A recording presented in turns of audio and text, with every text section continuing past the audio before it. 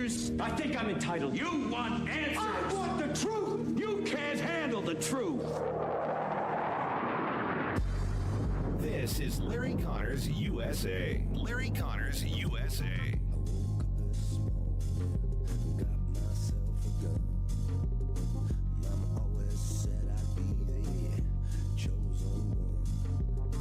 The overwhelming share of casualties and fatalities that were inflicted were against the Cuban guard that had exerted control over the people of Venezuela. So what many don't realize is that for years, Maduro stayed in power through an illicit deal with Cuban communists to provide his security because he didn't trust his own people to keep him safe. That is how much he was hated inside of Venezuela. So what our special forces encountered when they did that daring midnight assault into Caracas were armed Cuban guards, and they sustained massive numbers of casualties. I can't give you an exact number. The numbers that you've seen in terms of the Cuban guards publicly reported are probably lower than the actual number that were killed. I have no doubt. I have no doubt. We've been given false numbers out of Venezuela. They do not want to admit how many were killed. But Stephen Miller, U.S. Homeland Security Advisor, says many of you might not know, and I think it's going to come as a surprise to many. These were Cubans, for the most part, killed in Venezuela. Cuba had been shoring out the Maduro regime, sending their soldiers in because Maduro, as you heard Miller say, did not trust his own forces. There is a crack in that Maduro regime, regardless of what we did the other night. But now it widens. We're going to get into that in more detail because that is a piece that you've got to keep in mind. Everyone running around, hands up in the air, hair on fire. My God, we went into Venezuela. We're trying to be imperialists. We're trying to take control of it. Ignoring the fact that Cuba, China, and Russia have been in Venezuela. They've been trying to make it a colonial purchase and acquisition for them for placing communism deeper into our hemisphere. And there's a good reason we do not want that to continue. And Trump has already said Cuba could be the next to go down. Expect the Cubans in Cuba who want to be free to begin to rally in protest against the current leadership. Thanks for joining us. Hour number one, Larry Connors USA. Here we are, January 6th. 2026. And reminding you, when we're on the air, we are streaming video. You can watch the program. It's very easy to do. You go to Larry Connors USA Rumble or Facebook, NewsTalkSTL Rumble or Facebook. And everything goes up later is a podcast in case you can't stay for the entire 2 hours. You'll find the podcast at LarryConnorsUSA.com, Larry Connors USA Facebook, and NewsTalkSTL. Listen when you can, and then push share. Send it on to others. And I'll remind you real quickly, if you've got a cell phone, and I know you do, you got us in your palm. You have a radio in your hand. You simply download the NewsTalk STL free app, put it on your phone, you open it up, and whatever program we have on at that moment, you'll be listening to as it airs, which would be right now. Thank you very much. Larry Connors USA. Spread the word on that app to put on your phone. With Larry Connors USA, you get news, analysis, opinion, and an education. I promise you, every hour, when you finish that hour, you're going to know more than what you did when we began the hour. That's my mission, to educate, not just go through a list of materials, but to educate. In our next hour, by the way, Drew Thomas Allen, my mistake there. Drew Thomas Allen on the martyrdom of Charlie Kirk.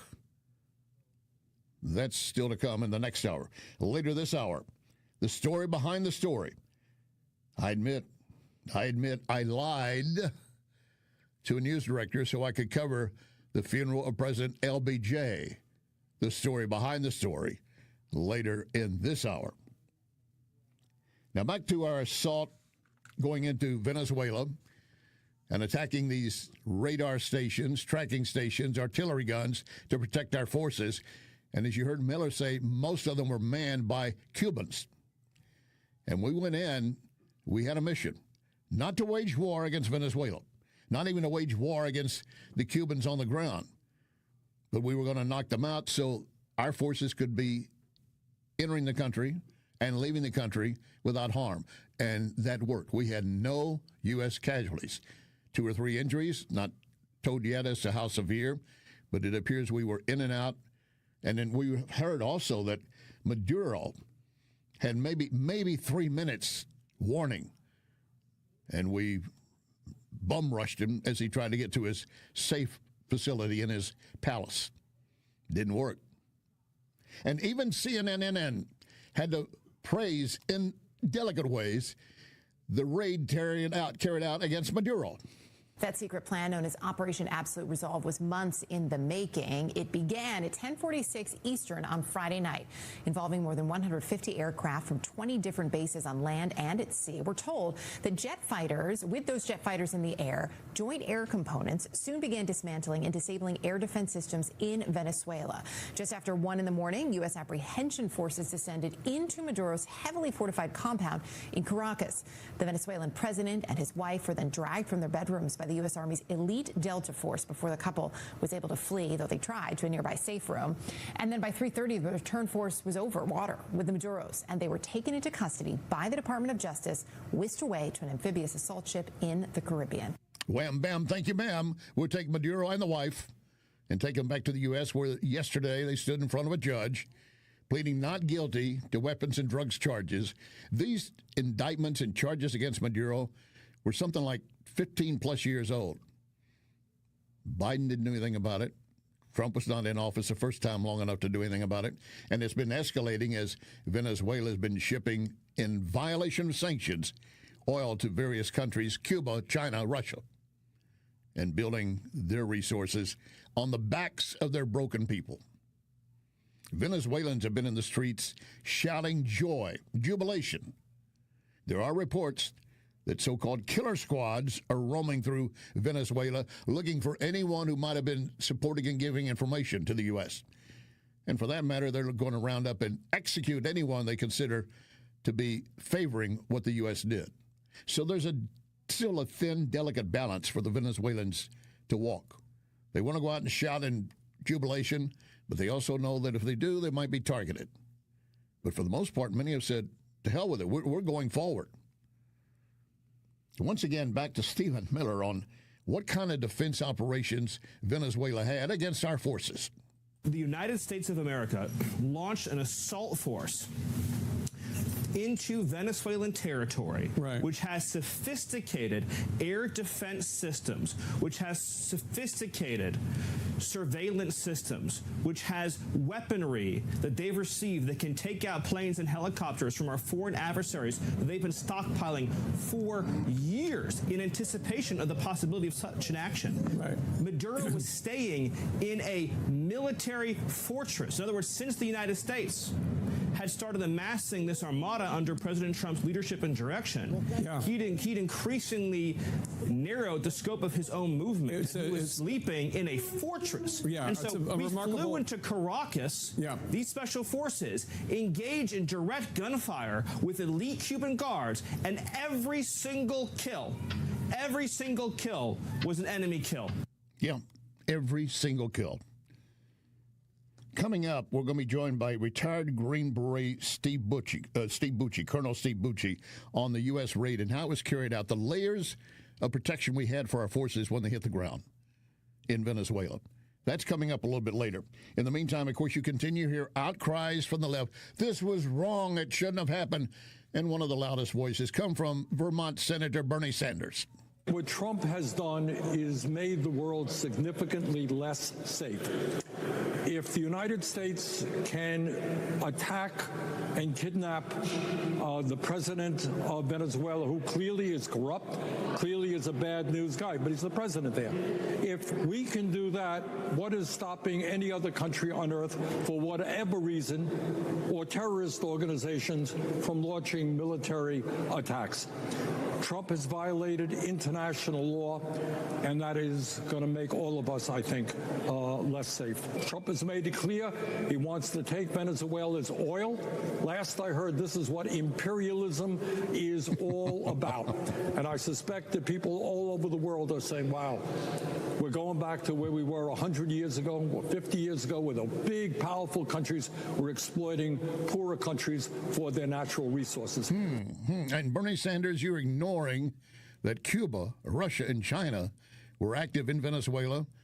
And while they were there for the oil as well, and they wanted to be part of Venezuela. Every time we have any action that goes into a country that has a vast oil reserve, we're doing it just for the oil. Not true. We had a standing warrant, an arrest warrant against Maduro and other members of his family. We took his wife out with him. His son is also charged, and other leaders inside and outside the government are still in Venezuela. But I'll tell you this, you know they're shaking in fear and hiding as much as they can. And I will agree with Bernie that what we did might cause more threats against the USA. But what are you going to do otherwise? They're going to threaten us anyway. But this is not an act of imperialism. In fact, the Venezuelan opposition leader, Maria Corina Machado, says she's going to get back to Venezuela as soon as she can. She said the current regime is escalating the internal crackdown on any dissent and the journalists, and that's true. She said, I've been in hiding for over 16 months. That's why I decided to go out, because I believe at this moment I'm more useful to our cause, being able to speak from where I am right now. But I'm going back as soon as possible. And she's doing it because Maduro is out. By the way, Machado escaped Venezuela last month and traveled to Norway to receive the Nobel Peace Prize, which she dedicated to President Trump. Getting her back in place and what happens going forward and how much the U.S. has to say about it, that's going to be a key point, obviously. But Speaker Johnson, Mike Johnson, says, for those of you railing and claiming Trump had no authority and violated international law, I have this to say. Look, I can tell you, as Speaker of the House, as the person who's in charge of defending Article I powers, I'm just going to insist to you that those have not been traversed in any way by what happened here. The president used his authority under the law. He did so in a way that caused no casualties on the American side, and got the job done with exquisite intelligence and extreme precision that can only be done by the U.S. That's why we are the world's great and last superpower, and we stand for justice, and you're going to see that meted out here. It's overdue, and everyone will be safer because this has happened. Yeah. While we might see increased threats against us, as Bernie Sanders said, we're going to see them anyway. But Johnson said we're also going to be admired for what we did, and other countries will rally behind us. Minnesota Governor Walz, as we mentioned yesterday, is dropping out of the race to be a third-term governor, claiming that I got to devote all my time to protecting my citizens from fraud. You've been in office, and you let it happen on your watch, and you did nothing until all of it blew up in your face. But Democrat political analyst Paul Begala says Walz leaving that race is good news for Democrats. How? This is actually good news for the Democrats, because it also takes this very real allegation of corruption in childcare, and it takes it out of the political arena, right? Republicans can't make hay off of that. Believe me, there's a special place for anybody if they're stealing from children, vulnerable children, and that place is in prison here and in hell in the next life. Well, I'm glad he made that clear. And that's what they were doing in Minnesota, Paul Begala. And Governor Walz was doing nothing about it. But what he's saying, this will take this off the political agenda and make it easier for Democrats to run and rule in Minnesota continuing. I'm not so sure about that. But don't you find it somewhat ironic and a twisted logic? If Walz gets out because all this fraud happened on his watch, it's going to be better for the Democrat Party. You think that stink and that stain goes away simply because of that? Let me reassure you, not only no, but hell no. In the meantime, I want to run down some of this lavish spending we've seen from the Somalians in Minnesota. This is reported by the New York Post. One of those involved, a 43-year-old, pled guilty in 2023 to wire fraud, money laundering, spent $350,000 on that money on a resort in Kenya. Another one who masterminded the fraud operation paid a boyfriend $1 million salary as part of a phony contract. And the couple rented Lamborghinis, Rolls Royces, and other exotic cars at $2,000 a day. And they took lavish vacations to Las Vegas and Graceland. Elvis is not dead. Maybe they didn't know that. This is just the tip of some of those that have been involved and how they spent money that they took from the mouths of those children and families in Minnesota, which Paul Begala admits that's wrong, and anyone who did that should face hell in their life after, and right now, prison. That's a lot of talk, but let's lock them up. And in the meantime, we know it's happening in other states. The latest example, Maine. And the more I started digging, the more I started finding. And I just couldn't believe what I was seeing, that this was happening and that I was part of this. Chris Bernardini spent 7 years working for Gateway Community Services, a Somali-American-led health services contractor in Maine. Bernardini alleges Gateway oversaw a system in which false records were filed about client visits. And he says they charged taxpayers for providing services that were never performed. We started getting some clients calling and saying, months later that their client owed them hours. They hadn't come in for these shifts and stuff. But I had a time card for it. And they were billing for it. They were billing for it. If you have a time card, you bill for it. Well, we're supposed to pay it. I don't think so. And we're not going to. And I'm glad that fraud has been uncovered. And every blue city and state, you can look for this fraud, and it's springing up and sprouting like weeds. Cut them down. Coming up next, as I'd mentioned earlier, former Green Beret Colonel Steve Bucci on some of the logistics of what we carried out in Venezuela with our forces. Steve has, obviously, as a Green Beret, former Green Beret, has knowledge of past incidents, and he has an eye for what took place this time. You want to hear what he thinks and how it was carried out and what could have happened, and that's a serious consequence we could have faced. But thank God, with all the planning and the effort put into it, and a strong commander-in-chief and secretary of war, our troops went in, executed the mission, and got out. Also, the story behind the story. I lied to cover the funeral of President LBJ. Lock and load. Ready on the right.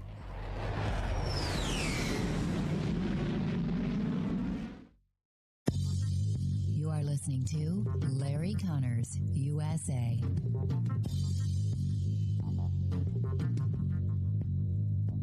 You should know that when I endorse Wellington Environmental, it's because I believe and know they will do you right.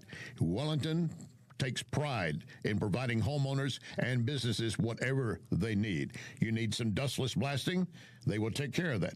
You need some mold remediation? They can do that. They take pride in training their team to perform multiple services and having the equipment ready to get jobs finished. That's important to you. You make just one call, and you call a company that's been around for more than 35 years with more than 45 technicians in the field.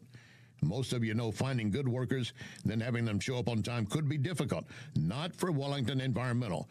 They're there at the designated time, ready to go. Check them out to see what they could do for you. Dustless blasting or anything else you need. Wellington Environmental, 314-644-4930. 314-644-4930. Be well with Wellington. Back pain? Follow me to Esquire Sports Medicine, where they've got your back. Esquire is the oldest sports medicine clinic in St. Louis. Dr. Draghi and his team of chiropractors can get you back to work, back to life without the pain. New patients usually scheduled within 24 hours. 314-644-0885. 644-0885. EsquireSportsMedicine.com. Another day must be another roofer in town.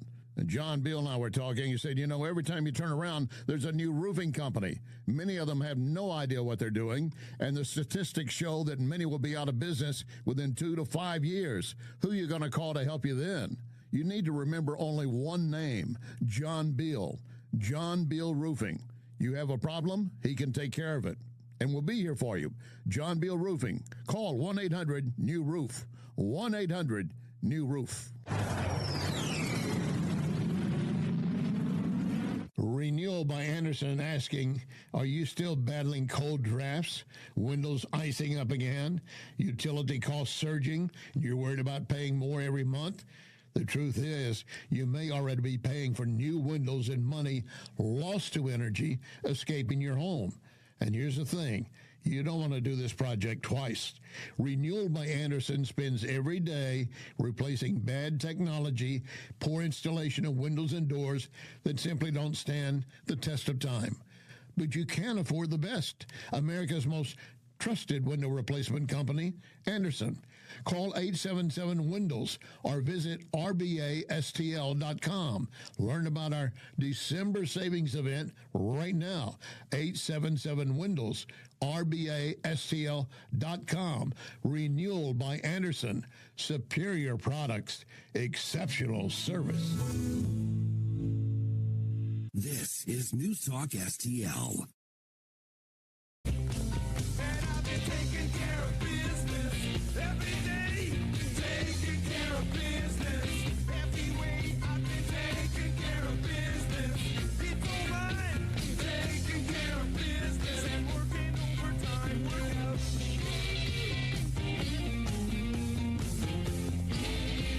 This is Larry Connors USA. Larry Connors USA.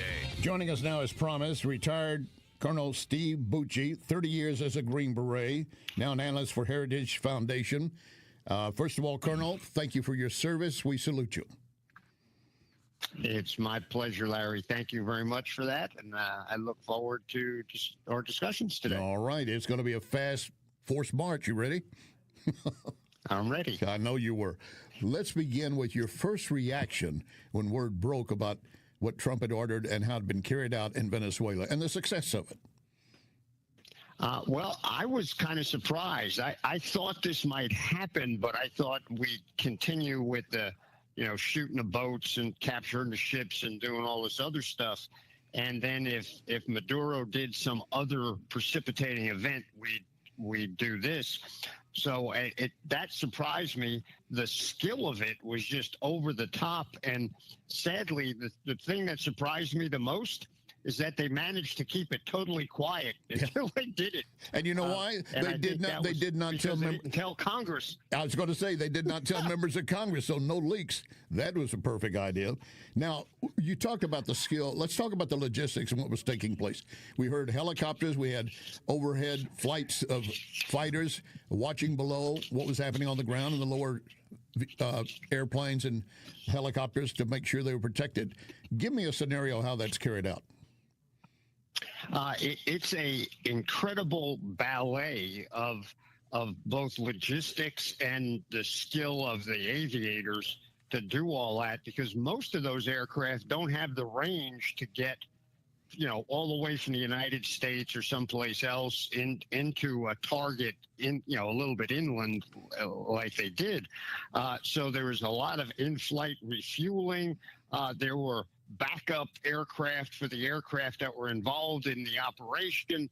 I mean, there was a lot of layers of complexity here that all had to synchronize perfectly to be there when those troops hit the ground to accomplish the actual mission of the capture.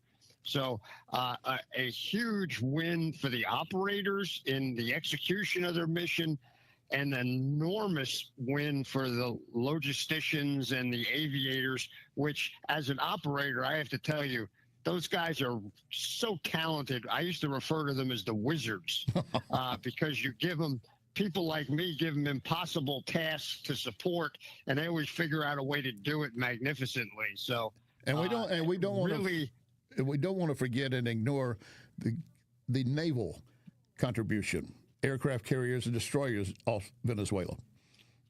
Yeah, and that I didn't mean to leave them out. They're part of that support package. A lot of the aircraft flew off the ships, and some of them flew from land bases and got refueled. It was an incredible joint operation that functioned flawlessly.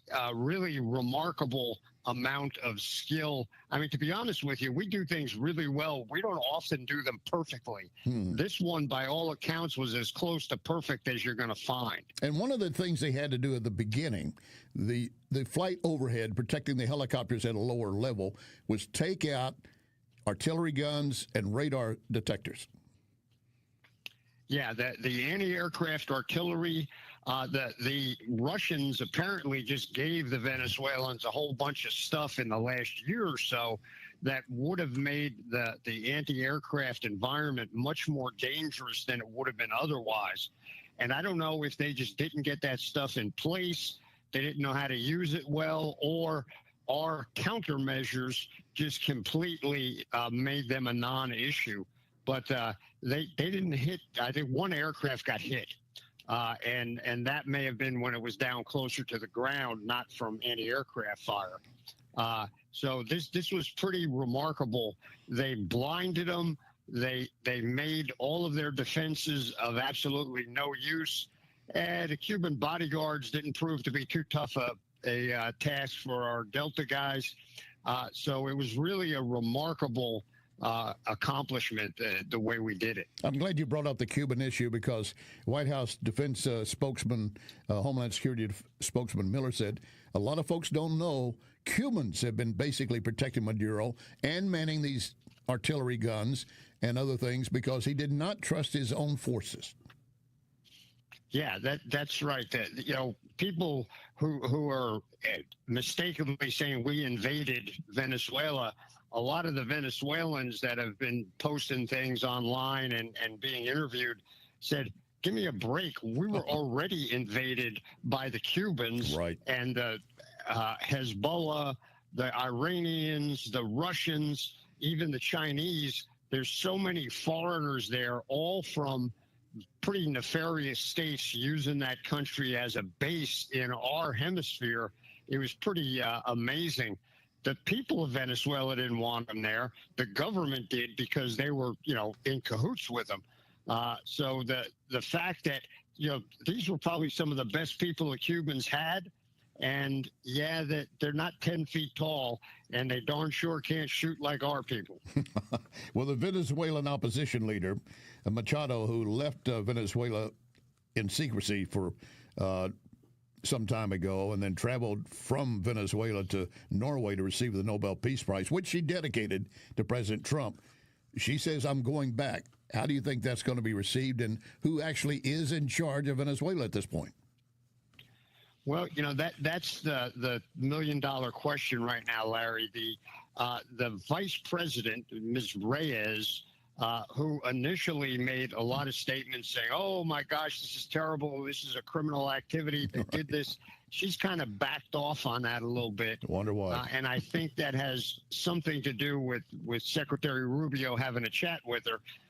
And she's trying to cooperate with us, apparently. Now, if that turns out to be true, that's a good thing. But her rep is not good. She's got a lot of bad mileage as far as not just supporting Maduro, but having been part and parcel of the execution of some of the things he did, specifically executing citizens. Yeah. So she's got a bad rep, and we don't know if she's going to try and pull a fast one on us or not. Hopefully, if Mr. Machado actually goes back, I think she will have a lot of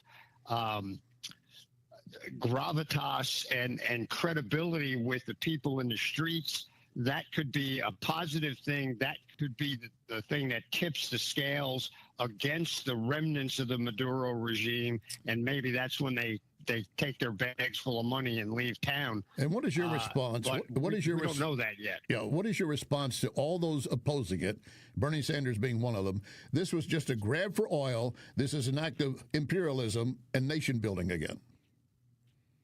Well, the only people that are saying that are the representatives of Cuba, Colombia, Brazil, we got China, several Russia, Americans saying and it. Iran. Yeah, the only Americans saying it are people on the far left of the Democrat Party. You can't find a Venezuelan outside of the actual members of the Maduro regime that are saying anything like that. The rest of them are all going, heck no, we wanted this. We only wish it could have happened sooner. So no offense to Senator Sanders, but, to sound crude, he's full of crap. And this is not Colonel, what happened. Colonel, you want me to edit that remark out? I apologize. You want me to edit that out? I apologize for that. No, you don't need to apologize. And we're not going to edit it out. He is full of crap. No, he is. It's ridiculous. And, AOC, my favorite comment was, well, the president should have talked to me about this beforehand because I could have talked him out of this. She's a junior congresswoman, for goodness sake. And she has no clearance. The only one crazier was Mondami, who said, I received a briefing on this. Yeah, one of his aides read him some tweets off Twitter and told him that it happened after the fact. Again, there's someone who has no clearance for this kind of operation to begin with. And why would he get a briefing as a New York City mayor of what our government is carrying out? Final couple of points here. Overnight, we've had various guns and police shooting and say they were hitting drones that were flying without permission. We don't know if that's true. We don't know who was piloting the drones or controlling them. But the area is still on very tense edge. Yeah, and it will be, at least for the next week or two, until the leadership scenario in country is sorted out. What are we going to do? Is America going to send people down there? I think that's probably a stretch other than certain representatives. Will the Organization of American States send people there to try and act as peacekeepers and do a leadership transition? Will the Maduro people just cut bait and leave? And will Mrs. Machado come back? And what does that do to the people in the street as far as their actions against the government? The announcement by his son, Maduro's son, calling people to the streets to support his father has shown that their support is about zero in country. What a shame. So, what a shame. Colonel Bucci, I want to thank you again for your time and your service to our nation as a Green Beret and now with the Heritage Foundation. Thank you very much, sir. It's my pleasure, Larry, and thank you for having me back. You bet, sir. Coming up, our story behind the story for today. I admit that I lied so I could cover a funeral. The funeral of President Lyndon Baines Johnson. The story behind the story when we continue.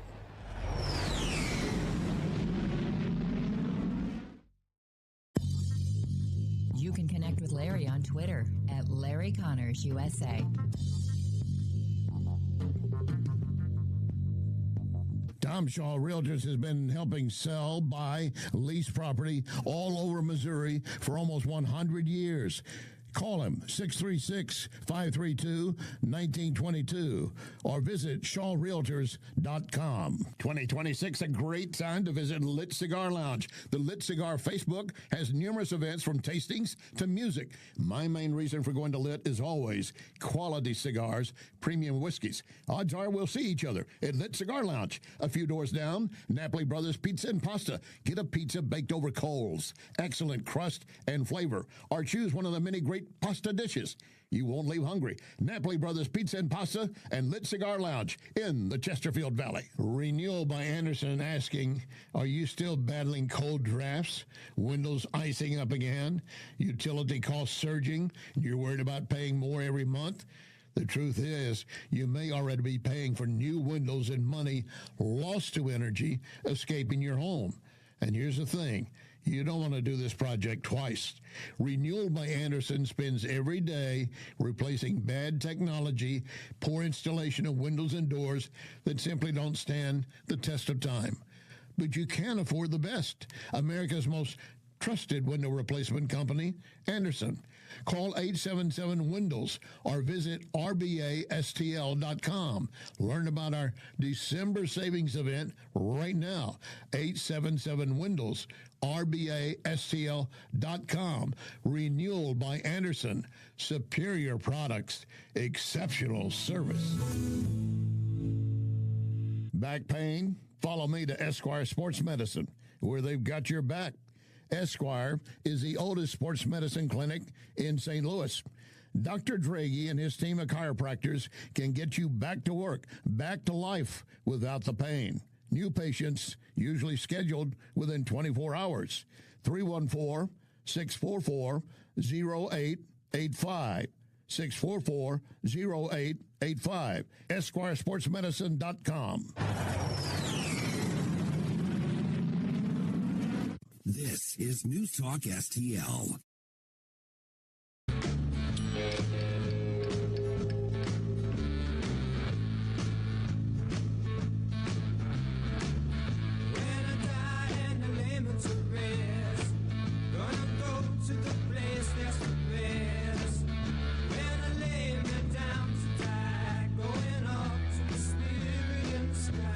This is Larry Connors USA. Larry Connors USA. Now, Larry Connors with the story behind the story. Thank you very much, Tom. I'm on the air right at the moment. Can you hold the line just a second? I'm talking to Tom Johnston, the press secretary for Lyndon Johnson. It was reported that the 36th President of the United States died this afternoon in an ambulance plane on the way to San Antonio, where he was taken after being stricken at his ranch, the LBJ Ranch in Johnson City, Texas. He was stricken at 3:40 p.m. Central Standard Time, 4:40 Eastern Standard Time. 3 agents who were at the scene, who are permanently attached to the ranch to protect the president, went to his immediate aid, gave him all emergency aid they could. That is Walter Cronkite on the date January 22nd, 1973, actually doing the CBS evening broadcast when he got a phone call, and the staff made sure it got to him on the desk of CBS News from the press secretary at that time for LBJ, who was, of course, now out of office. That was Tom Johnson telephoning Cronkite to tell him what had happened. And Cronkite threw everything else on the newscast out, as he should, and focused on that breaking news. Ironically, this January 22nd death date for LBJ came 10 days after Johnson had done an extended hour-long TV interview with Cronkite at his ranch, discussing his legacy, the civil rights movement, admitting they still smoked heavily, but he said, "It's better for my heart to smoke than to be nervous." That's why he continued smoking. They believe he did suffer a second heart attack following President Kennedy's assassination, but that diagnosis was released to the public that he had an angina attack.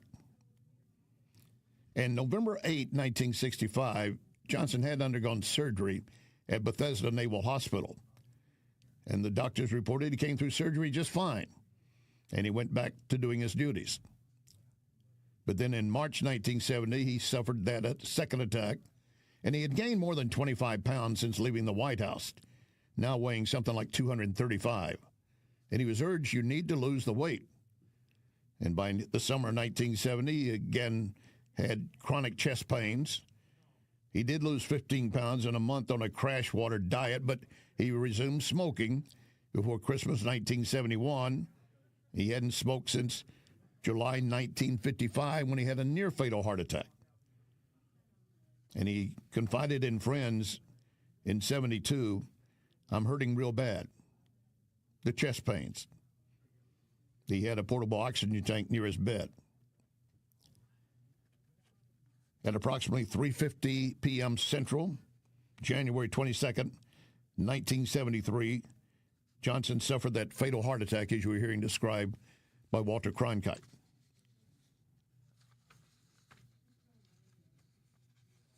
And when that word began to break, everyone began to scramble. How do we get to cover this? How do we get in place? What is happening? Let me share something with you. I was working for a TV station in Houston at the time. The news director called everybody to the newsroom and stood there in front of us, and we all knew that Johnson had died by that point. And the news director asked, anyone here ever cover a presidential funeral? My hand went up faster than he could finish his sentence. We said, okay, Larry, you go cover. So our plan was to go to Austin and cover what we could pick up there. Lady Bird might be in Austin. We weren't sure at that point.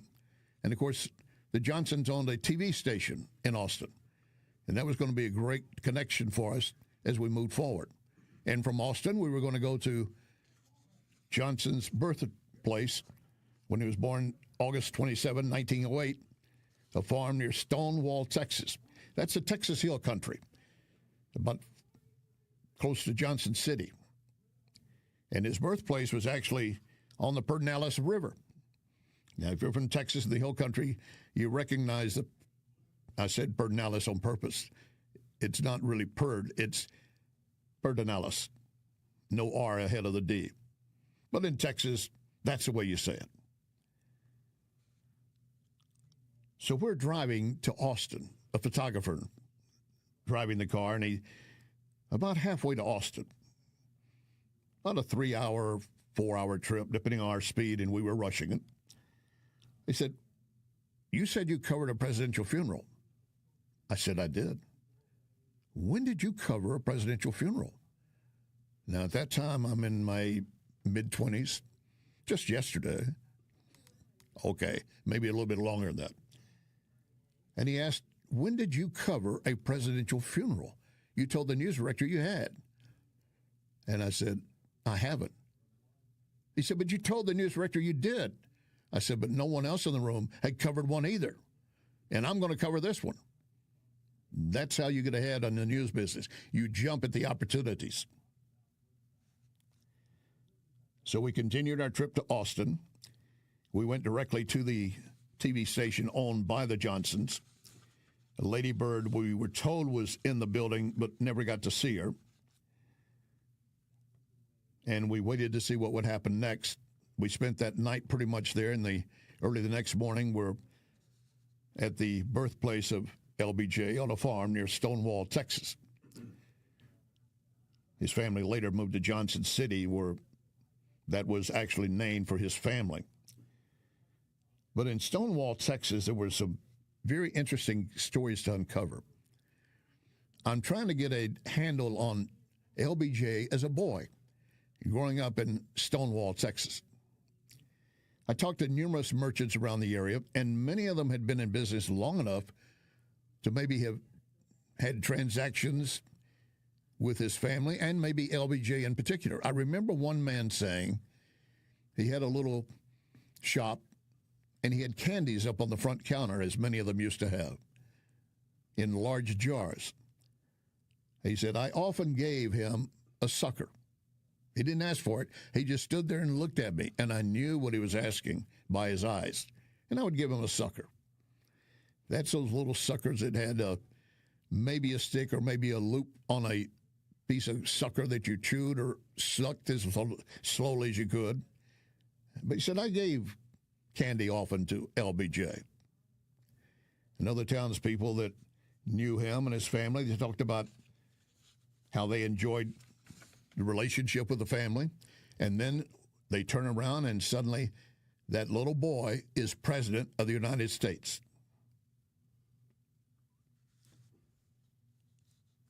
And of course, they all felt they had a connection that was even deeper than others, which I would agree they did. So what happened as we went around, the photographer and I are walking down one street, and we see an old man, and I say old, relatively, of course, so I would say probably late 70s. I don't consider that old anymore, but at that time I thought that's an old man. He had a hammer in one hand. He had a 2x4 balanced on one shoulder, which he was holding with the other hand as he was just shuffling across the street. And I stopped him. I said, so what's your reaction to what happened? He said, what are you talking about?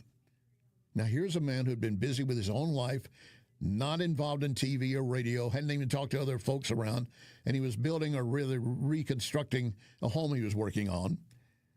And I told him, well, the death of LBJ, that he died yesterday. I was the first to tell him that. His mouth dropped open. The hand holding the hammer let loose. The hammer dropped. The other hand let go of the lumber. It tumbled off the back of his shoulder, and he looked at me in shock. What? What? He's dead? Now, I did not intend to be delivering that kind of news to anyone.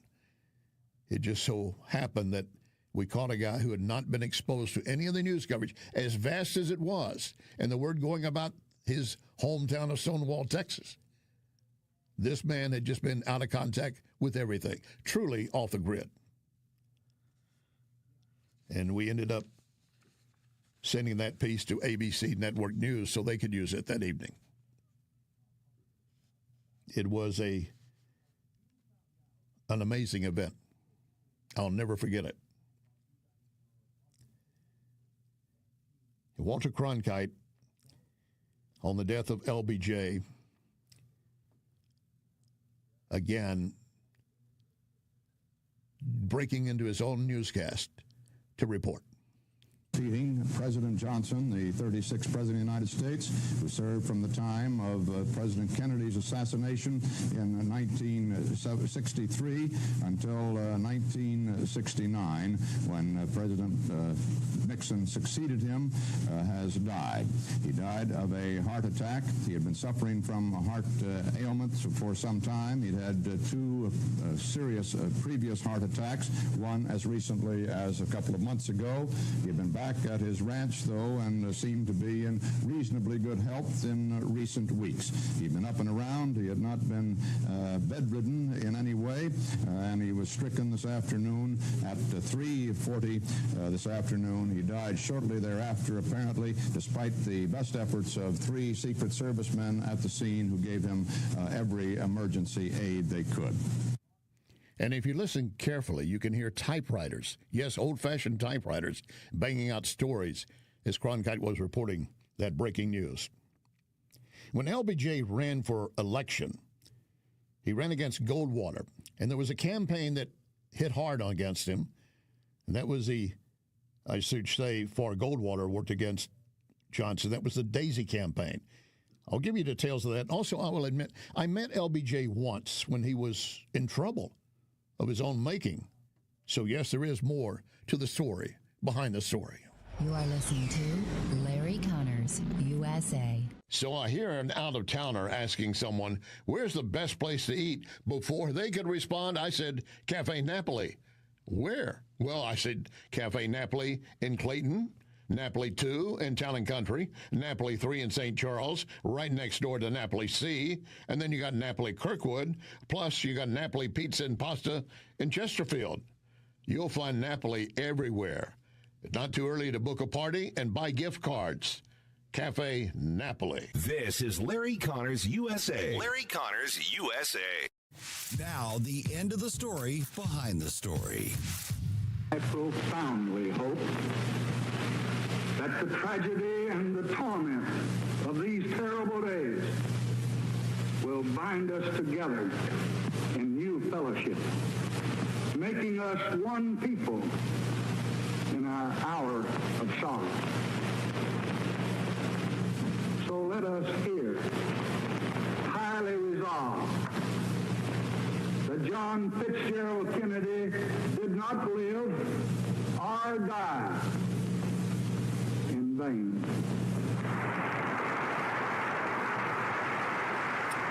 That, of course, the address of LBJ to Congress, a joint session after the death of JFK. The presidential elections were held November 3rd, 64, less than a year after the assassination of JFK, of course, already on the schedule.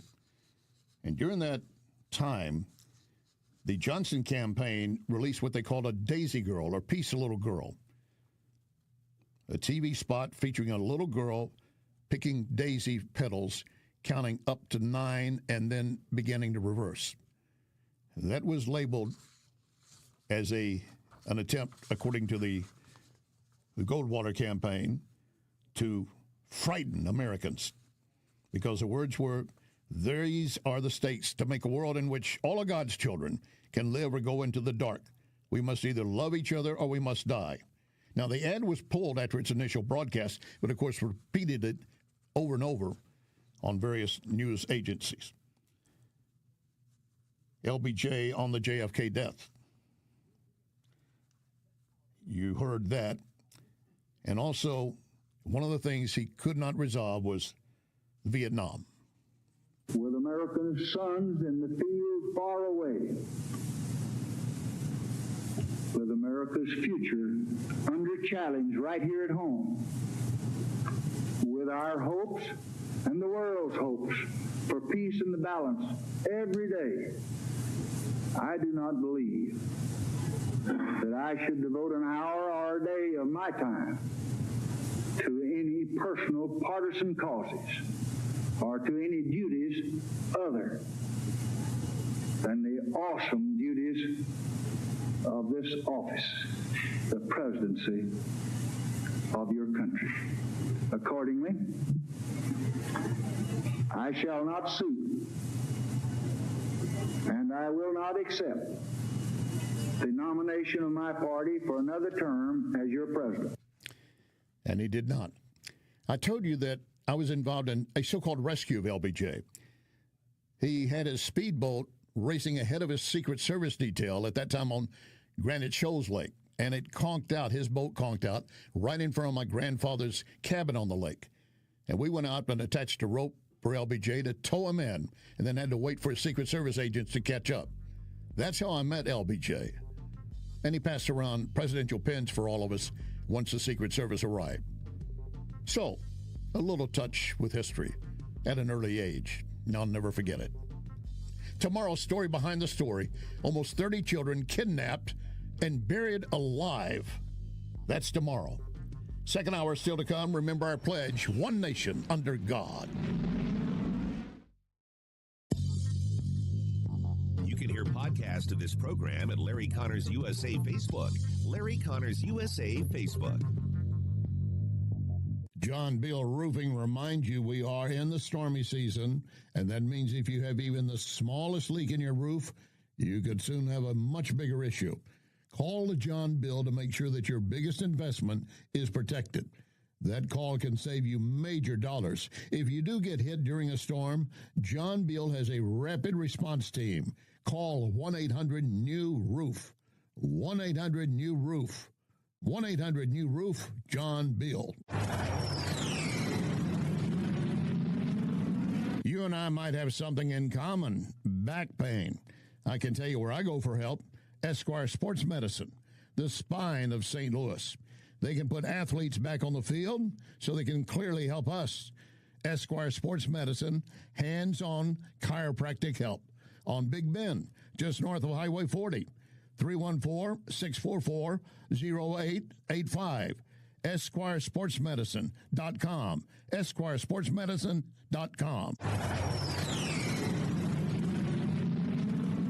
There's only one place you can get pizza cooked over coals.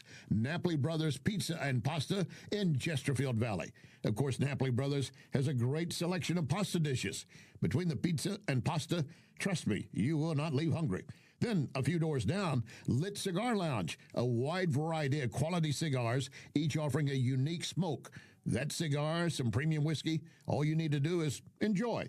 Lit Cigar Lounge and Napoli Brothers Pizza and Pasta, Chesterfield Valley. It's that time of season when families, businesses are moving. For local or long distance, I endorse McGuire Moving. Get a date set soon before the schedules are booked. 314-241-0600. 241-0600. McGuire is constantly giving back to our veterans, such as support dogs for our brave. So with McGuire, you're getting excellent service and helping our vets. McGuireMoving.com. So many times, Vincent's Jewelers has helped me surprise someone special. Vincent's locally owned can do the same for you, and you don't have to break the bank to get something really nice, maybe even customized. The smile you're going to get back from that special someone, priceless. Check Vincent'sJewelers.com every day because new items are arriving and there are special deals. Vincent's, my only jeweler. Vincent'sJewelers.com. Vincent'sJewelers.com. Renewal by Anderson asking, are you still battling cold drafts? Windows icing up again? Utility costs surging? You're worried about paying more every month? The truth is, you may already be paying for new windows and money lost to energy escaping your home. And here's the thing. You don't want to do this project twice. Renewal by Anderson spends every day replacing bad technology, poor installation of windows and doors that simply don't stand the test of time. But you can afford the best. America's most trusted window replacement company, Anderson. Call 877-WINDOWS or visit rbastl.com. Learn about our December savings event right now. 877-WINDOWS, rbastl.com. Renewal by Anderson. Superior products, exceptional service. This is News Talk STL.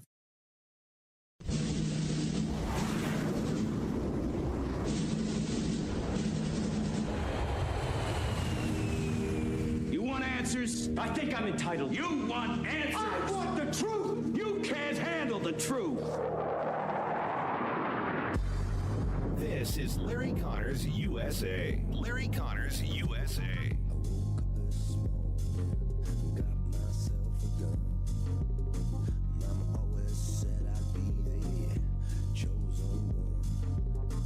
That secret plan, known as Operation Absolute Resolve, was months in the making. It began at 10:46 Eastern on Friday night, involving more than 150 aircraft from 20 different bases on land and at sea. We're told that jet fighters, with those jet fighters in the air, joint air components soon began dismantling and disabling air defense systems in Venezuela.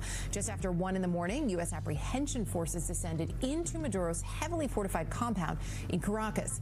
The Venezuelan president and his wife were then dragged from their bedrooms by the U.S. Army's elite Delta Force before the couple was able to flee, though they tried, to a nearby safe room. And then by 3:30, the return force was over water with the Maduros, and they were taken into custody by the Department of Justice, whisked away to an amphibious assault ship in the Caribbean. And that is how CNN described the success of a U.S. mission to go into Venezuela and take Maduro in custody and take him out of the country.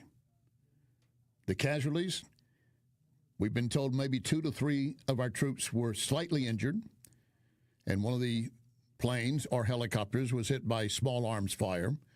But we had destroyed their radar detecting, watching for our ships coming in and our planes and helicopters, and we took out their artillery guns, which, by the way, were manned by Cubans.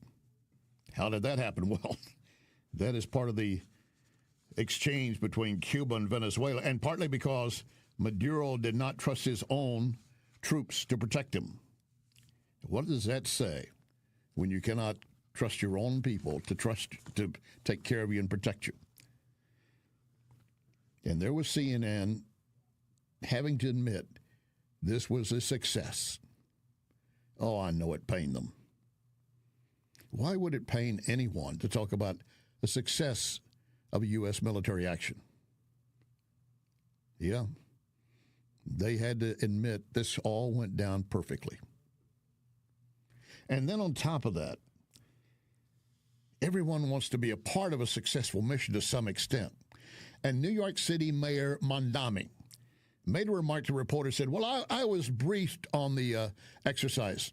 He lied, just like he's lied about everything else he's going to provide for New Yorkers. He lied. First of all, he does not have a national security clearance. There's no way he would be, quote, briefed. But he wanted everyone to believe he was briefed by the Trump White House. And he indicated that he had talked to Trump and told him I'm against it. I don't even know now if that's true. I haven't even bothered to check. I could care less. Because he lied when he suggested I've been briefed. To the credit of some reporter, I wish I knew the name. I'd give them the full credit. They asked, how is it, since you don't have a security clearance, you were briefed by the White House or the Pentagon, or who did brief you? And Mondami had to collapse his tent and admit, well, I wasn't briefed by the Trump administration, but my own staff briefed me. They briefed you. They were reading Twitter and various YouTube videos and telling them what was going on. They were just relaying to them what they had read about the action that had already taken place. But he wanted to appear, I'm obviously a strong leader, and Trump trusts me enough to tell me about this. They did not inform any members of Congress. And that's why we could say there was no leak that endangered our troops on that mission. Thank God. Welcome to hour number 2, Larry Connors, USA. January 7th, January 6th. I got my date mixed up already. January 6th, 2026. 7 will be tomorrow, by the way, if you're counting the calendar.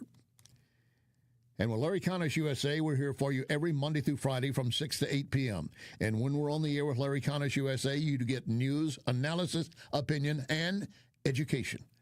You're going to leave this hour with more knowledge than you have right now. One of the pieces of knowledge you now have, Larry Connors didn't know what day it was. Thank you very much. You can continue to use that against me until tomorrow. At least until tomorrow. And later in this hour, Drew Allen Thomas on the martyrdom of Charlie Kirk.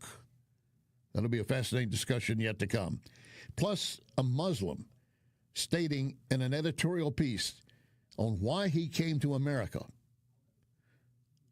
I wish every immigrant, legal or even illegal, would take note of this statement by a Muslim. And those who believe that Muslims are the issue when it's really jihadist, I want you to listen to those remarks coming up later. Now, dealing with what took place in Venezuela the other night, Stephen Miller, White House Homeland Security Advisor, said what we were targeting were facilities intending to destroy our forces, and they were all manned by Cubans.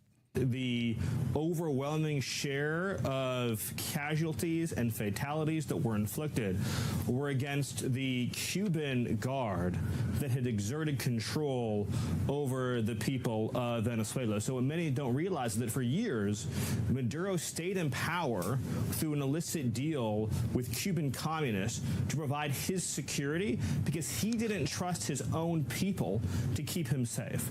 That is how much he was hated inside of Venezuela. So what our special forces encountered when they did that daring midnight assault into Caracas were armed Cuban guards, and they sustained massive numbers of casualties. I can't give you an exact number. The numbers that you've seen in terms of the Cuban guards publicly reported are probably lower than the actual number that were killed.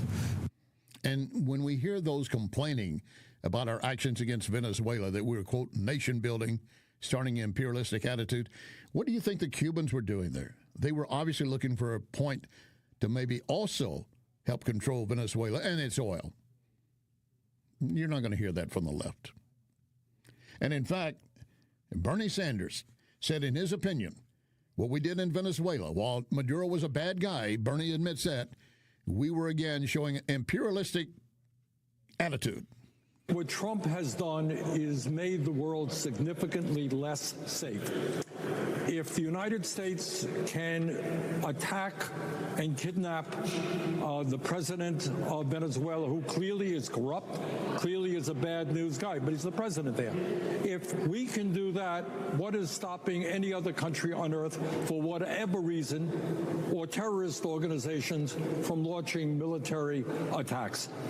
Trump has violated international law, and that is going to make all of us, I think, less safe. Trump has made it clear he wants to take Venezuela's oil. Last I heard, this is what imperialism is all about. And I suspect that people all over the world are saying, wow, we're going back to where we were 100 years ago or 50 years ago, where the big, powerful countries were exploiting poorer countries for their natural resources. Let me quickly break down some of the idiot statements. Imperialistic attitude of taking over Venezuela. That is not what we did. We went in, executed our mission, and got out. Trump's remarks about Venezuelan oil, he referred at one point to a tanker which we'd already seized, had something like 2 million barrels of oil. How long do you think that would last the USA? And Trump said, well, we took it, we may hold it. I don't know what we will end up doing with it or not. And, of course, the left immediately cries out, this is all about oil. And he includes the fact that this is a violation of international law. So says Bernie Sanders. Others say, and, of course, you can say, well, that's the left versus the right. There is no violation of federal law, international law, I should say. And we had an arrest warrant on Maduro. And I told you yesterday, when we went after Noriega, then a member of the U.S. Counsel's office, William Barr, no less, wrote a memo saying the president has the constitutional authority to go after anyone he wants anywhere. International law is not included. He's not subject to it. So there was Bernie Sanders condemning what Trump did. And at one point he said, this is going to open us, the USA, up to more attacks and threats. Now, that I have no doubt. But those were going to come anyway. We've already seen them, and they will continue. But those coming after us know they're going to be dealing with a commander-in-chief, a leader of this nation, who's not going to sit back and say, oh, well, we're sorry. We're going to apologize for everything we've done. We don't do that anymore. We did during the Obama administration when he first came in, made a worldwide tour basically apologizing for everything the U.S. had done for the world and the other countries. So that was Senator Bernie Sanders. I want you to hear from a Bernie on the other side, Ohio Congressman Bernie Moreno. First of all, our men and women of our military did an absolutely incredible job. I had a minute to talk to Secretary of War Hegseth. He briefed me on some of the details. I mean, would I just say this? Absolutely flawless execution of a very difficult mission. That's number one. Number two is we have a president of the United States who will not tolerate anybody harming American citizens. You're right. That's why we should not. And when Congressman Moreno says he was briefed by Hegseth, he's talking about after this took place. No member of Congress was consulted or given a heads up before we went in. And that's damn good because there were no leaks. You get some of the congressmen looking for, I can make a name for myself by getting this out early. And when you do, you jeopardize the lives and safety of our American forces. So no member of Congress was informed in advance, nor should they be. In Florida, Congressman Mass says we're trying to stabilize our hemisphere. As everybody should recognize, the United States of America, and as I spoke to some over there already, the Department of War, the Department of State, Department of Treasury, Commerce, our capabilities to maintain an order and stability in our hemisphere and specifically in our backyard and in the Gulf, those capabilities are unparalleled. What everybody saw on various videos with our Department of War and our law enforcement operations, unparalleled. Only the United States of America can do that. That is what peace through strength looks like. That demonstration of what your power is, sometimes that's all the control that you need. Yeah, that's strength. Oh, you need to know this, or at least you should be informed. Pope Leo decided to make a statement from St. Peter's Square about our action against Maduro and going into Venezuela. And he said, and I'm quoting, "With deep concern, I'm following the developments in Venezuela. The good of the beloved Venezuelan people must prevail above all other considerations and encourage us to overcome violence, undertake paths of justice and peace, guaranteeing the sovereignty of that country, and ensuring the rule of law is enshrined by the Constitution, respecting the human and civil rights of each and every one." And everything he just said was basically trying to condemn Trump and what we did. So he's ignoring the well-being and safety of Venezuelans who have been subjected to a dictator which has been actively kidnapping, torturing, and killing. Pope Leo, your words ring hollow with me. We've had also a report that several tankers allegedly sailed from Venezuela in dark mode, trying to get away as soon as they could. Various ship tracking services, and of course our own Navy detected at least a dozen ships, loaded oil tankers, getting away from Venezuela in the first week of 2026. All of those ships targeted by U.S. sanctions. And between them, they carried something like 12 million barrels of oil. Super tankers carrying Venezuelan crude to China.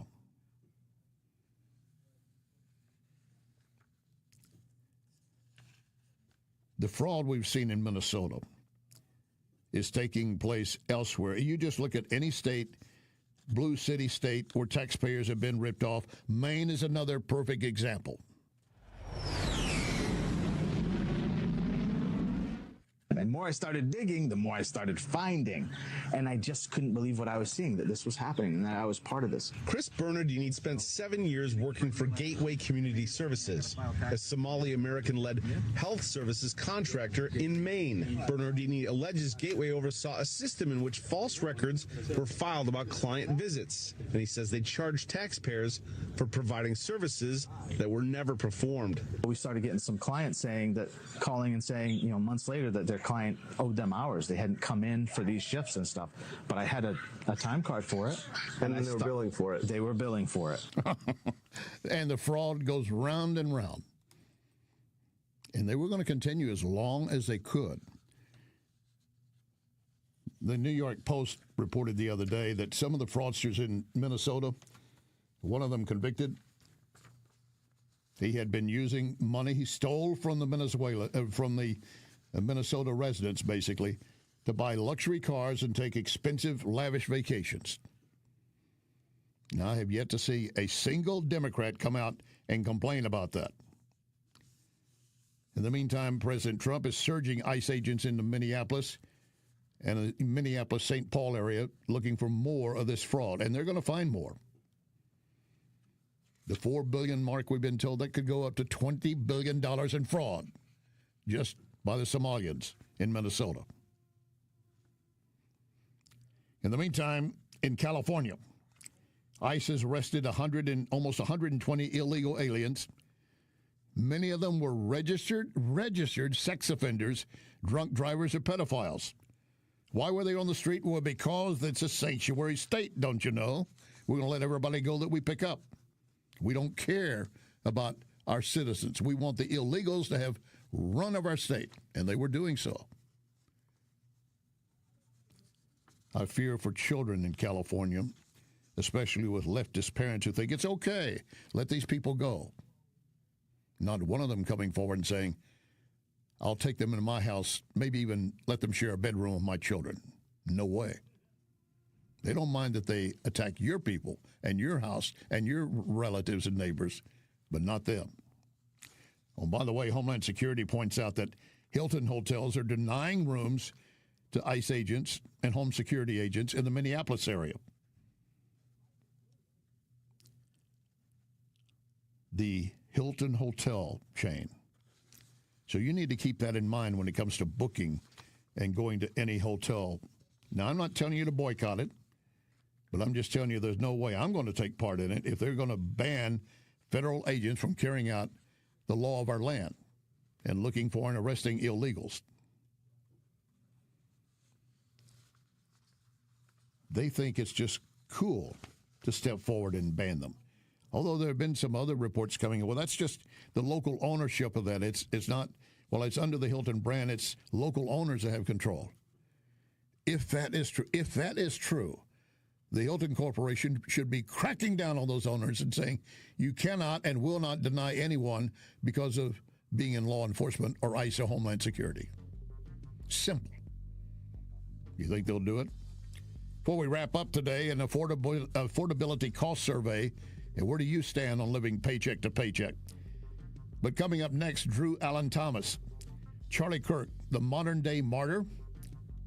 That's still to come. Lock and load, ready on the right.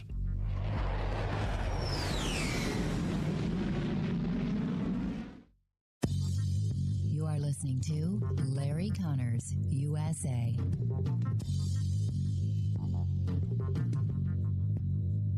Previously, I've told you about dustless blasting, a special service offered by Wellington Environmental. It could work for you in your place. Recently, a crew removed a driveway sealer that had failed. The owner wanted to go back to the original concrete so it could be properly sealed. Dustless blasting worked. That homeowner is happy. Now, sometimes surfaces need pressure washing instead of blasting. In fact, there was an exterior stone fireplace cleansed by pressure washing, and when it dried, all the dark stain was gone. That stone had its original appearance.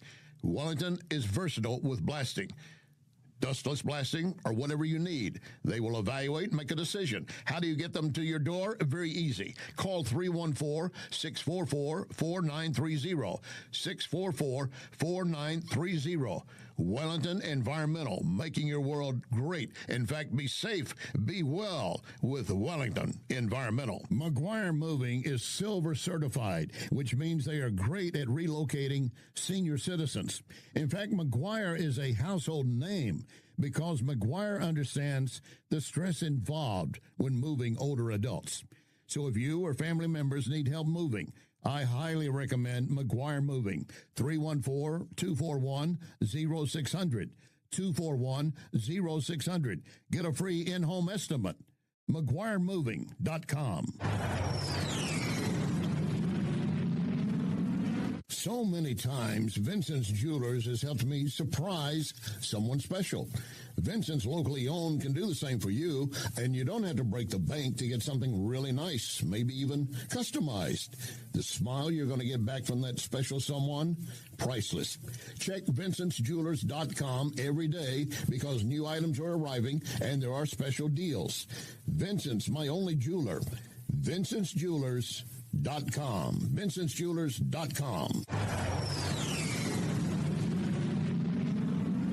Back pain? Follow me to Esquire Sports Medicine, where they've got your back. Esquire is the oldest sports medicine clinic in St. Louis. Dr. Draghi and his team of chiropractors can get you back to work, back to life without the pain. New patients usually scheduled within 24 hours. 314-644-0885. 644-0885. EsquireSportsMedicine.com. This is News Talk STL. I'm gonna run away to duck gun carry, make camp where the land is bare. I'm gonna run away to duck gun carry, ain't no one gonna find me there. Ain't no one gonna find me there.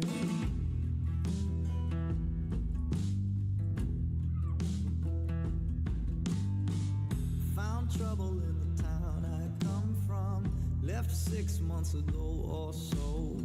I had to run from the man I wronged there. This is Larry Connors USA. Larry Connors USA. Welcome back. My guest is Drew Thomas Allen, the author of a new book, For Christ and Country, The Martyrdom of Charlie Kirk. We're going to get into that in more detail before we wrap up. But I've got another issue in front of us to begin with. Welcome aboard, Drew. Hey, brother. It's so good to be with you. I love getting a chance to talk to you. I love having you on board. I want to begin with the Daily Mail looking at the VP Vance home invasion. The attacker, they say, turned out to be a transgender going by the name of Julia, and both his parents, Democrats, giving money to the Harris campaign and Biden in the past. What is the issue with transgenders suddenly going after anyone they can on the right and conservative movement? Let me get your assessment of that to begin with. Well, within that movement, I mean, you can make a lot of comparisons that are very legitimate to, radical, jihadists in Islam. It's a very radical faction of the Democrat Party. They're the most coddled group of people in America, but they're also, told they're the most oppressed. And, the fundamental problem is, and, society doesn't want to talk about it. These are people who have a underlying mental health issue. If you are bulimic or anorexic, if you have some kid who's, putting his finger down his throat to throw up because they look in the mirror and they don't like the way they look, you don't encourage that and tell them that that's, a good outlet for them to express themselves. And of course, transgenderism is the furthest you can go in that body dysphoria, root, because you look in the mirror and you deny your own biological existence. And so, you know, and it's only the left who wants to promote that with children, especially, and confuse them. And it leads people down a path of anger and hatred. And these people are told that, in the case of like Charlie Kirk, well, you know, his disagreement with the transgender stuff and him talking about spirituality and trying to, explain that there are only two biological sexes, which is a fact, a biological fact. Well, his words are violence, and therefore you get to a point where these people eventually believe that actual violence is justified. Yeah, and that is a key, that there have been numerous cases where transgenders, such as the Nashville Christian School, carried out an attack upon Christians or just those of any faith, but innocent little victims. And the left wants to deny and argue against it and not even report it and cover it up. Well, the left treats the transgender violence in the same way that Barack Obama and Democrats and even George Bush, after 9/11, kind of treated radical jihadists, right? They don't want to have a serious, honest conversation. And look, this isn't to say that everybody who is transgender is going to be a violent person and so on and so forth, just like every Muslim is not a violent person, but the underlying ideology leads itself to that, and it's disproportionate in that community. A very, very, very small, but growing, because it's basically like, in the book, I have a chapter called Frankenstein's Monster. Yes. And that's not to be mean to transgender people, but it's a modern experiment on children that the left has undertaken. And they don't want to be held accountable for the reprehensible results of that, which is this violence. Why do you think? And here's the thing. If you read, I'm sorry. Go ahead. Sorry. I apologize for interrupting. Why do you think that they've made this such a calling of their party and willing to die on that hill, that we want to take children and mutilate them, and not only physically but mentally? Well, which party do they end up supporting? When you do that, they support the Democrat Party. So at the end of the day, it's about power. So for Charlie Kirk, for me, for you, for probably a lot of people in the audience, I mean, I'm a Christian, I'm a person of faith, and I believe in transcendent power. So, there is no moral relativism. There's right and wrong in this world, and there is truth, and there is fiction, and there are lies. And the left is their entire philosophy, whether it's transgenderism, or, Mamdani in New York trying to tell people rent control is the solution to their problems. Right. Everything that they put out as a solution actually exacerbates the problem, and it's because of the left's philosophy or policy. And then they point to the victim. So, in New York, for example, just a brief, quick example that's obviously not related to transgenderism, but, what does rent control get you? We know for a fact that it actually has the opposite results that they say that they intend to produce. So you actually have greater scarcity. You discourage builders from building more apartments, and you don't even help the very people you're claiming need help. You create a two-tiered system with that, where you have the rich and the poor, and then they blame the apartment owners for the problem, but they're just having to do what the government tells them. Yeah, they don't look into the mirror. I want to get into more detail on your book, and you're listening to Drew Thomas Allen, and the book is The Christ and Country, The Martyrdom of Charlie Kirk. Now, you point out that this book is not a conventional biography, but a cultural and spiritual reckoning. Yes, and it's something that we didn't have after Charlie Kirk's assassination. And part of the reason I wrote this book is I want to force that reckoning to come, and it must. Transgenderism is just one of the issues, but it's a significant one. If you believe, which I do believe, Tyler Robinson, the person that his parents turned him in. He's going to face trial for the assassination of Charlie Kirk. He was in a relationship with a transgender partner, and a week before that, you had a transgender individual who killed a bunch of 2 children and injured 30 others. They were in a mass in Minnesota. And when you read these screeds, the manifestos of these transgender killers, like in Nashville with Audrey Hale, they read like Barack Obama's speech, and that's not hyperbole. They're anti-white. They believe they're gods. They're full of hatred and rhetoric that you hear on CNN on a panel on race relations.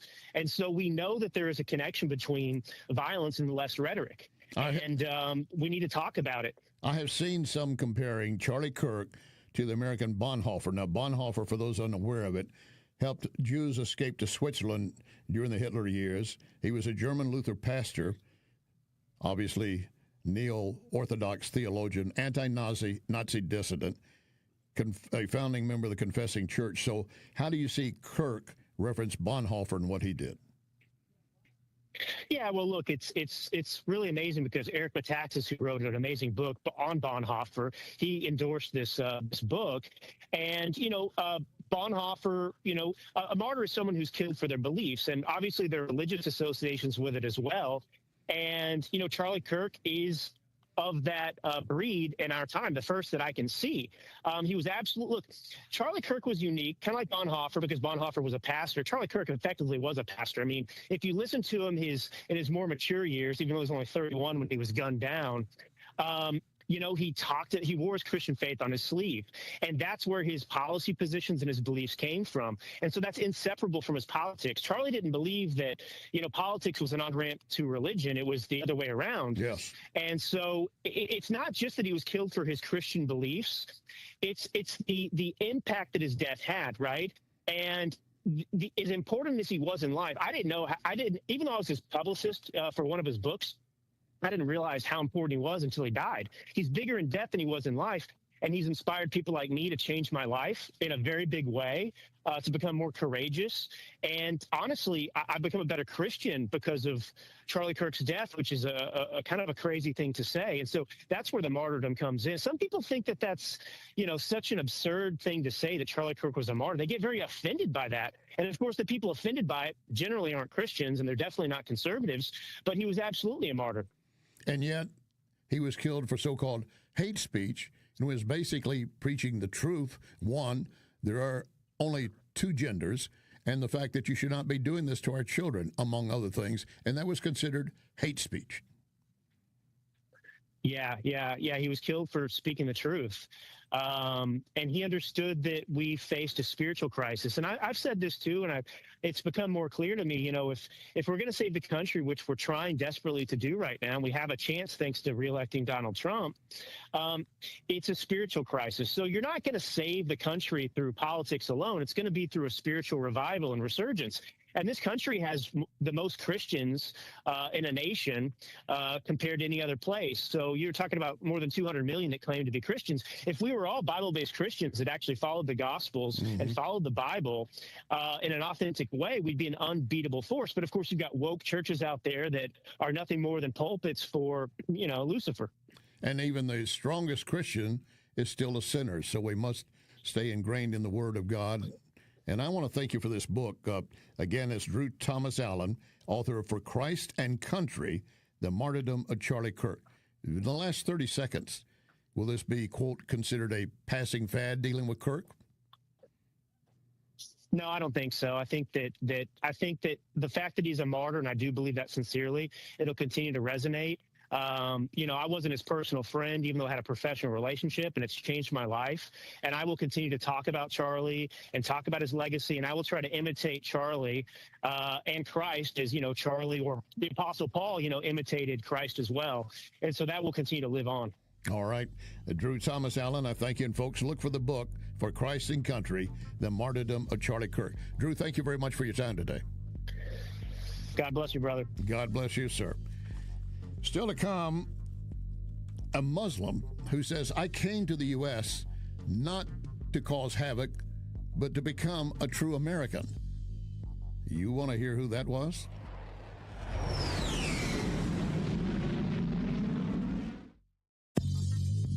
You can connect with Larry on Twitter at Larry Connors USA. We welcome Tom Shaw Realtors, selling, buying, leasing property all over Missouri, almost 100 years. Call Tom, 314-283-5064, shawrealtors.com. Renewal by Anderson asking, are you still battling cold drafts? Windows icing up again? Utility costs surging? You're worried about paying more every month? The truth is, you may already be paying for new windows and money lost to energy escaping your home. And here's the thing, You don't want to do this project twice. Renewal by Andersen spends every day replacing bad technology, poor installation of windows and doors that simply don't stand the test of time. But you can afford the best. America's most trusted window replacement company, Andersen. Call 877-WINDOWS or visit rbastl.com. Learn about our December savings event right now. 877-WINDOWS, rbastl.com. Renewal by Andersen. Superior products, exceptional service.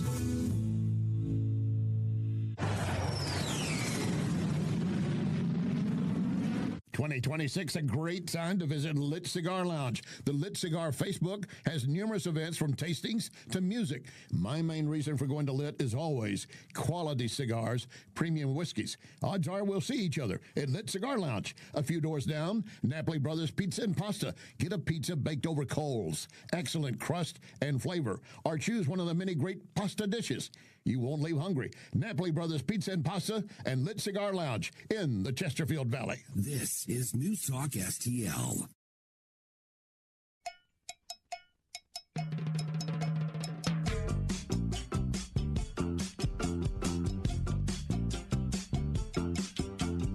All my friends know the low rider. The low rider is a little higher. This is Larry Connors USA. Larry Connors USA. Well, the Corporation for Public Broadcasting, announcing that its board of directors is formally voting to dissolve the organization that marks the end of its 58-year role as a federally chartered steward of public broadcasting. How does this affect public broadcasting? Well, if you listen to those supporting NPR, PBS, and all about the leftist-leaning ideology they push, oh my God, this is a death knell. And why is the Corporation for Public Broadcasting beginning to cease operations? They call the dissolution an act of responsible stewardship to protect the future of public media, emphasizing it's been our effort to defend the system it was created to serve. In fact, the president of the Corporation for Public Broadcasting said when the Trump administration, and Congress rescinded federal funding, we had a profound responsibility. Our final act would be to protect the integrity, the integrity of the public media system and the democratic values. Again, I laugh. By dissolving rather than allowing the organization to remain defunded and vulnerable to additional attacks. Riddle me this. If you're already worried about defunding and being attacked, what have you done by simply dissolving? You haven't done anything. But I am not going to lose any sleep over it. How about you? I have pointed out to you before, there are times when PBS and NPR can do solid stories, not just on journalism effort, but stories that basically not only enlighten you, but inform you. But the problem is the DNA says at some point they're going to try to turn you into a lefty.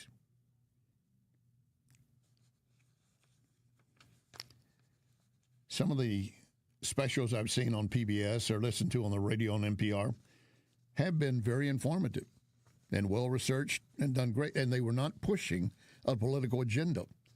But I'm telling you, once you go back to this source of public broadcasting and national public radio, it's in their DNA to sway the American public and to basically prey upon you. And a lot of the people they think they're not reaching anyway. They are not the ones who come forward in a drive to raise more money. Now, maybe you did during Downton Abbey. I understand that. But that, again, was good, enlightening entertainment. But you go back to the source, you're going to find that DNA that says we want to reshape our nation, make it more leftist, more socialist, more communist, more Marxist. So the CPB, the Corporation for Public Broadcasting, made that decision after Congress cut $1.1 billion to their organization. Speaker Mike Johnson praised the legislation, saying, "We are eliminating wasteful spending and defunding what he described as a politically biased media outlets such as NPR and PBS." If you recall, back in May of 2025, President Trump issued an executive order saying no media outlet has a constitutional right to taxpayer subsidies. Believe me, I tried to get them for Larry Connors USA. I have not received $1 of subsidy, except for my sponsors. And I certainly appreciate it. And that's why I encourage you to listen to the sponsors I have on Larry Connors USA. And when they have something that you need, go to them, not someone else. You, in turn, are supporting Larry Connors USA. Thank you for your subsidy. But I have not gotten a damn dollar from the federal government to subsidize this program. And you know what? I don't expect to. There was a legal dispute involving a $36 million contract with NPR. And at the time, the Corporation for Public Broadcasting saw additional cuts coming, and they thought we just cannot sustain. So we'll just close up. Well, I'm glad they made that decision. But what gets me is they want to claim that we are a legitimate organization preaching the truth and value. No, you're not. I don't even know how you can get it out of your mouth without choking. I have a question for you. And this is very personal. I know that. You do not have to answer verbally to those sitting around. As I ask, are you living paycheck to paycheck, that you just can't get far enough ahead? Are you going to blame Trump? Yeah, many will. You going to blame the tariffs? Yeah, many will. But how much of it might be your own making, and are this situation needs to change to make things better?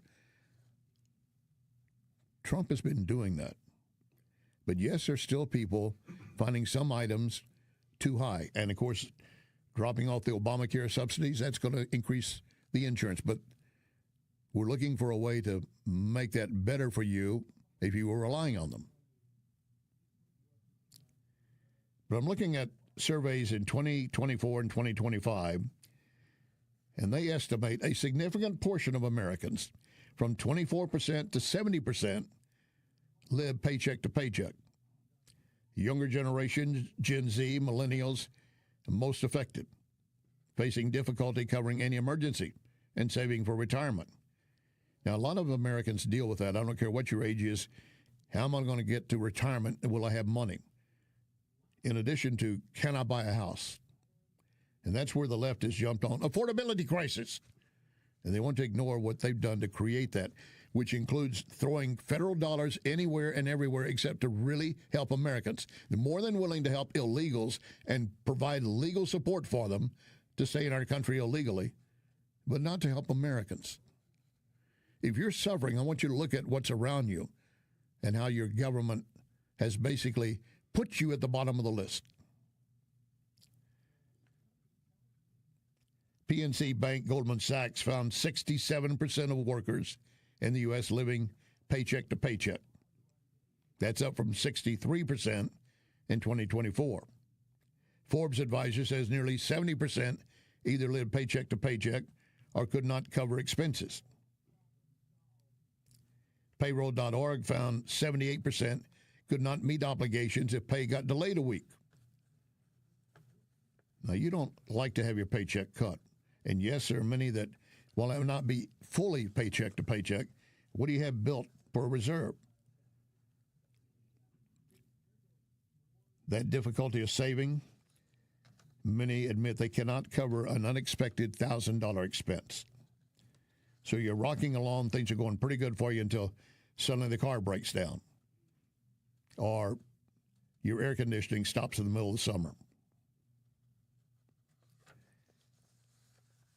I want improvements for those people that are in that situation. I want you to have a better opportunity, but you're not going to get it under the Democrat leftist attitude. Their attitude is, we'll help everyone except Americans first. They will tell you otherwise, but look where they want to put their money. They want to battle against ICE, ramp up attacks against Homeland Security, and they want you to suffer. You to suffer. So maybe you'll get so disenchanted that you're going to blame Trump anyway. Could there be some reasons to blame Trump? I'm not going to take that away from you. But I think you need to be careful who's parroting that story and that line, that narrative, because they're sinking their hooks deep into you. Oh, by the way, as we are truly moving deeper into winter, I know we're just into January, and in the St. Louis area, this day and the rest of this week, another day without ice and snow. I love it. But we might have a reckoning come late January or Feb or certainly March or even into April. But there's a new report out that a strain of influenza A is facing a sharp rise in flu cases. Public health experts already calling it a perfect storm because of its severity, rapid spread, and the fact you're not going to like this if you got a flu vaccine. This year's flu vaccine does not match this variant. Symptoms would involve fever, chills, fatigue, cough, sore throat, but some are being hit harder, even if they got the vaccine. And Dr. McCulloch of the Wellness Company has not only warned about this new variant, but warned the flu vaccine would be even less effective than usual against dealing with it. You want to get a flu vaccine shot? Well, that's your choice. But everything in front of us now says it's not going to do you any good. I'm not going to tell you what to do. That's up to you. And, of course, you got to decide what to do with your children. Mondami has obviously published or promised free public transport for New Yorkers, but he cannot deliver. He doesn't have the authority. But we do know the new tenant director appointed by him plans to carry out Marxist policies on rental property, and with a warning that white Americans should expect to face the toughest challenge going forward. I think the reality is that for centuries we've really treated property as an individualized good and not a collective good, and we are going to transitioning to treating it as a collective good and towards a model of shared equity will require that we think about it differently, and it will mean that families, especially white families, but some POC families who are homeowners as well, are going to have a different relationship to property than the one that we currently have. Now, I don't know that you could fully comprehend what that woman's trying to say, but it does get back to what our guest said earlier, Drew Thomas Allen, that this is going to be another assault upon Americans, and you're going to see higher rents, less housing available. And what do you think the push is going to be? It's not going to make it easier for folks to rent or get into a home. But this is, again, the Marxist communist attitude. In the meantime, the New York City subway and bus fares have gone up to full $3. Now, they only went up 10 cents for the last price hike since 2023, but Mondami saying we're going to make sure you can get around free. The price hikes were he put in effect before he got elected mayor, but he will not be able to reverse them. Oh, and Jasmine Crockett out of Texas does not like the Supreme Court upholding the new congressional districts because, as she said, it's cheating me. Kudos to the Trump justice who wrote the 160-page opinion denouncing what took place in Texas, and F you to the Supreme Court. That is a standing member of our Congress saying F you to the Supreme Court because she does not like the ruling. It's going to move Crockett out of her current district. That probably factored into her decision to launch a bid for Senate. Good. Let her swim in those waters. Jasmine Crockett, your days are numbered. I told you earlier there's a Muslim that has come to this country and made it clear that, in his words, I came to America chasing a basketball dream, but I stayed because I found something greater, freedom. His name, Enes Freedom. An NBA star at this point, a Muslim. And he wrote a commentary, an opinion piece saying, as a Muslim and a legal immigrant, I came here because freedom here is not just an idea, it's a way of life. And he adds, I did not come to impose my beliefs on anyone. I did not come to burn flags or hate this nation. I did not come to conquer America. I did not come to rewrite the Constitution.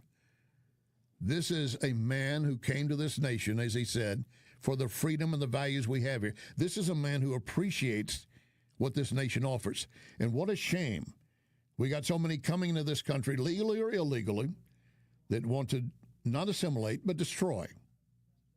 And we have current existing Americans who side with those who are wanting to destroy our nation, our Constitution. As long as they come out on top. That's something that they will not ever admit. So if you were pushed down, you say you want the freedom, what if all that freedom ends up taking you out of your position and lowering your economic status? Would you still say you're for America when they're not really for America to begin with? He goes on to say, I did not come to shame others for their faith or values. I did not come to tear down what generations have built. I did not come to replace American values. I came to live freely, work hard, follow the law, contribute to the country that gave me an opportunity, and respect the values that have made the U.S. the greatest nation on earth. And he adds, I'm here because of what this nation stands for. The Constitution, the rule of law, freedom of speech, equal justice to the foundation of America, and they are the values that drew me here and keep me here.